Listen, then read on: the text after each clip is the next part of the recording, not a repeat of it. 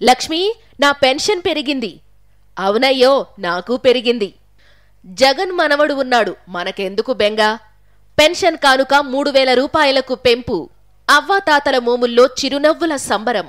పేదలు, దివ్యాంగులు, తోడు నీడాలేని వితంతువులు, పిల్లా మేకాలేని పండు ముదుసలి వీళ్లను ఎవరు చూస్తారు?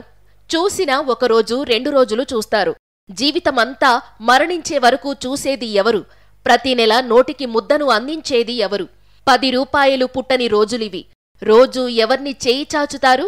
ఈ కష్టాలు, కన్నీళ్లను స్వయంగా చూసిన సీఎం వైఎస్ జగన్మోహన్ రెడ్డి ఇప్పుడు అలాంటి వారి పాలిట పెన్నిధి అయ్యారు. అప్పట్లో మాట ఇచ్చిన మేరకు అవ్వాతాతల పెన్షన్ 3000కు పెంచుతూ దాన్ని ఈ నెల నుంచి అందిస్తున్నారు. సీఎంగా వైఎస్ జగన్ వచ్చేనాటికి నెలవారీ పెన్షన్ మొత్తం 2000 రూపాయలు కాగా జులై 2019 నుంచి పెన్షన్ను 2250కు పెంచారు. అలా ఏడాదికి 250 రూపాయల చొప్పున పెంచుతూ ఇప్పుడు ఏకంగా 3000 రూపాయలను లబ్ధిదారులకు అందిస్తున్నారు. గతంలో చంద్రబాబు హయాంలో 2014 నుండి 2019 మధ్య నెలకు పెన్షన్ల ఖర్చు బడ్జెట్ 400 కోట్లు కదా. అది ఈ జనవరి 2024 నుంచి 1968 కోట్లకు పెరిగింది. 2014-19 మధ్య చంద్రబాబు ప్రభుత్వం 39 లక్షల మందికి చేసిన ఖర్చు 27,687 కోట్లు మాత్రమే. జగనన్న ప్రభుత్వం వచ్చాక లబ్ధిదారుల సంఖ్య 66.34 లక్షలకు పెరిగింది.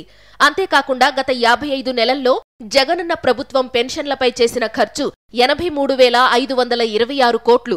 చంద్రబాబు ప్రభుత్వంలో పింఛన్ కోసం వృద్ధులు, వికలాంగులు క్యూలో గంటల తరబడి వేచి ఉండే పరిస్థితి.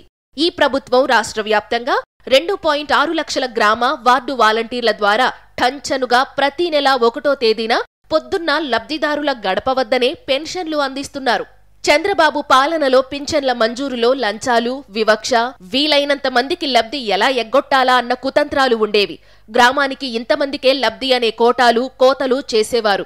ఎవరైనా చనిపోతేనే కొత్తవారికి అవకాశం వచ్చేది. తమ వర్గం, తమ పార్టీ, తమ వారికే పెన్షన్లు ఇచ్చే ధోరణి ఉండేది. అందులోనూ జన్మభూమి కమిటీలకు లంచాలు ఇస్తేనే పెన్షన్ దక్కేది.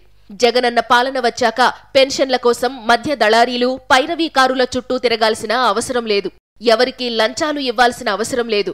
గ్రామ, వార్డు సచివాలయాల్లో లబ్ధిదారుల జాబితాలు ప్రదర్శించి మరీ సోషల్ ఆడిట్ ద్వారా పారదర్శకంగా లబ్ధిదారులను ఎంపిక చేస్తున్నారు.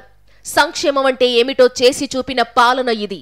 ప్రతి ఇంటి పెద్ద కొడుకు మాదిరి బాధ్యతగా ఉంటూ వారి కష్టసుఖాల్లో తోడున్న ప్రభుత్వం ఇది. అందుకే ప్రతి ఇంటా సుఖ సంతోషాలు వెల్లివిరుస్తున్నాయి.